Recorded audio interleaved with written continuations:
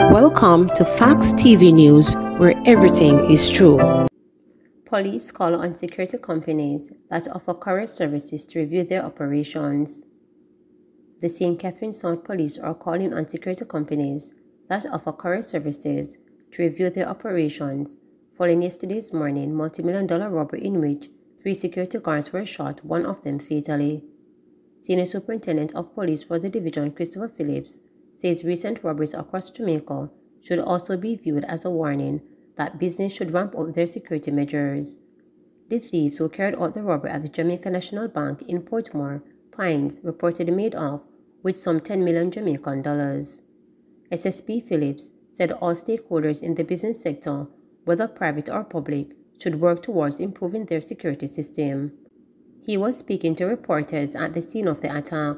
These men were armed with high-powered weapons. The 3 security guards never had much chance. My initial assessment of it is that I would make a serious call to the companies that are doing courier services to review their operations, review their tactical maneuvers, review their numbers in terms of these kind of transactions, and to look on the type of vehicle they are using for this. We're also looking on the opportunity this presents in terms of our Business Watch program that we want to build out for St. Catherine. So we started the work from last year, and so we're going to get busy with it. We want to target in the initial stage even the financial institutions here in Portmore, because the truth is everybody has to take security serious. There has to be more effort at target hardening and building out the security right across. The police alone will not be able to do it. We suspect this is an organized activity, and we had some of these kind of robberies taking place in other parts of the island, and so we know it's something organized. We are taking it very, very seriously, but what I know is that these criminals are trying their best to escape at all means possible. It simply means that we have to ensure that our tactical approach and discipline is maintained. As to the private companies, it's something that they have to assess and determine what are the gaps in terms of their training and tactical operation. Meanwhile, counseling is being provided to Jamaica National Bank employees and members who were at the Portmore Pines branch in St. Catherine yesterday morning when gunmen attacked security personnel delivering cash to the location. No bank employee was physically harmed during the incident, which occurred about 9 a.m. Managing Director for the bank, Lisa Knowles, stated she is deeply saddened by the incident.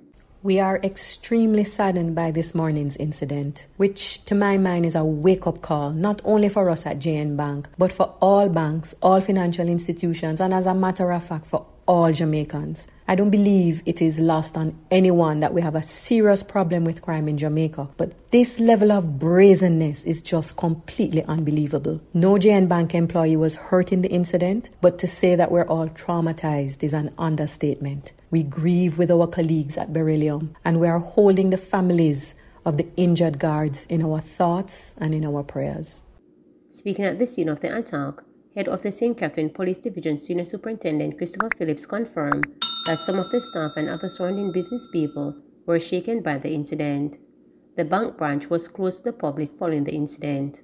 The staff at JN is obviously traumatized by the experience. I had the opportunity to talk with them earlier and to more or less encourage them. I took a walk and I realized that most persons are very frightened by what happened. Some persons are indicating that they will close a little earlier today. Persons are locked in. I went in the bank in some areas. Persons were visibly crying about the ordeal because there were other persons at the location when it happened. It happened so quickly.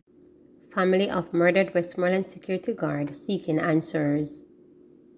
The family of 25-year-old Dylan Hardin, the security officer who was shot and killed while on duty in Newfield, Westmoreland, is searching for answers. Hardin's eldest sister, Samantha Porter, told reporters that she has questions that needs to be answered. "My brother is dead. Dead man cannot talk. So who shall we talk to?" a tearful Porter asked. Porter said her brother was in his uniform at work when he was killed. She later recounted what the surviving victim told her. The other young man said a white Toyota Axio car approached them, and they stopped to see what was about to happen. No window went down, nobody come out of the car, Porter shared. He said, "My brother, they both dressed black.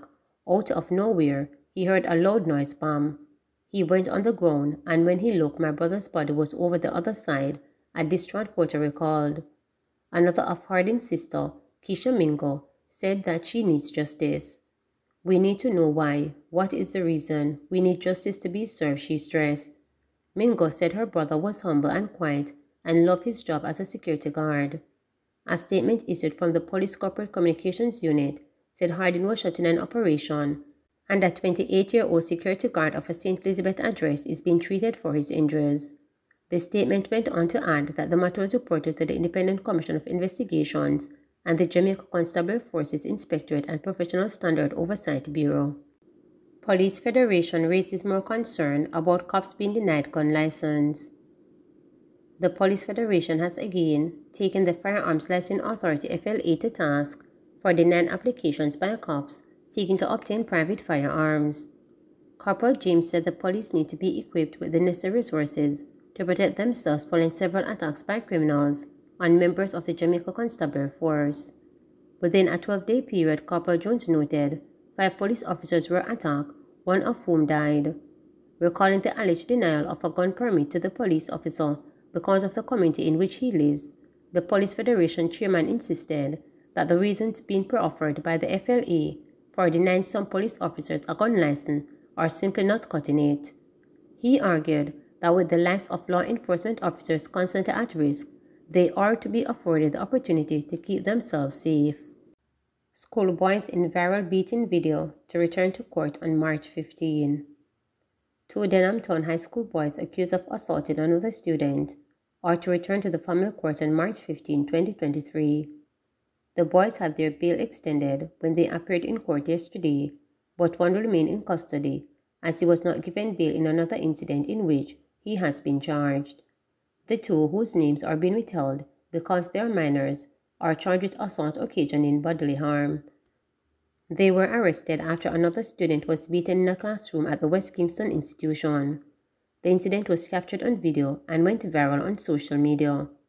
The video shows 2 students ordering another to kneel and then kicking and slapping him several times. The Denhamton police had reported that the incident occurred about 11:45 a.m. One of the boys was taken to custody shortly after the incident, while the other was taken to the police by his parents later that evening. The second schoolboy was arrested and charged with assault occasioning actual bodily harm, along with his co-accused, who was taken into custody on Wednesday. Lawmen say they are investigating another incident in which he may be involved. 11 people killed in road crashes at the weekend. At least 11 people were killed in the road crashes at the weekend. One of the fatalities occurred on Saturday, while 10 were recorded on Sunday. They occurred in Clarendon, St. Catherine, St. Mary and St. Andrew. In the latest incident, 5 young men died from injuries they sustained after the 3 motorcycles they were traveling on collided with a Toyota Hiace minibus in Golden Springs, St. Andrew. The number of people killed on the nation's roadways since the start of the year is now 67. Vice Chairman of the National Road Safety Council, Dr. Lucian Jones, says the high number of road deaths recorded at the weekend indicates a national crisis. He says all Jamaicans must work together to address the issue. 2 cases in particular are of extreme importance. One where 3 people died in St. Mary, and 14 hours later, 5 died in St. Andrew. This constitutes a national crisis, and the National Road Safety Council mourns with the families of those who have died and with the community, and recommits itself to promoting road safety in this country. It means that all of us have to realize that driving on our roads is a very dangerous thing, and therefore we need to be extremely careful. And the single message which we need to get over this time is that speeding kills. Almost all of these crashes came as a result of people speeding. It's happening all over the island, and far too many people are dying. We just need to slow down. We need to galvanize the whole society. It takes a village to care for a child, we know. So the church, the community, the government of Jamaica, National Road Safety Council, all of us need to join in an attempt to rescue our people from perishing. We need to get in the heads of these young bikers that they can't drive so carefully on our roads, that they must wear their helmets. Not one single one of the 5 who died in St. Andrew was wearing a helmet. We can't say this often enough. We just need to slow down. The other issues are important: the wearing of a helmet, the buckling up, carefully drive at nights, watch out for the pedestrians, don't drink and drive, don't smoke marijuana and drive, but most of all, just slow down. Please remember to subscribe, like, share, and click the notification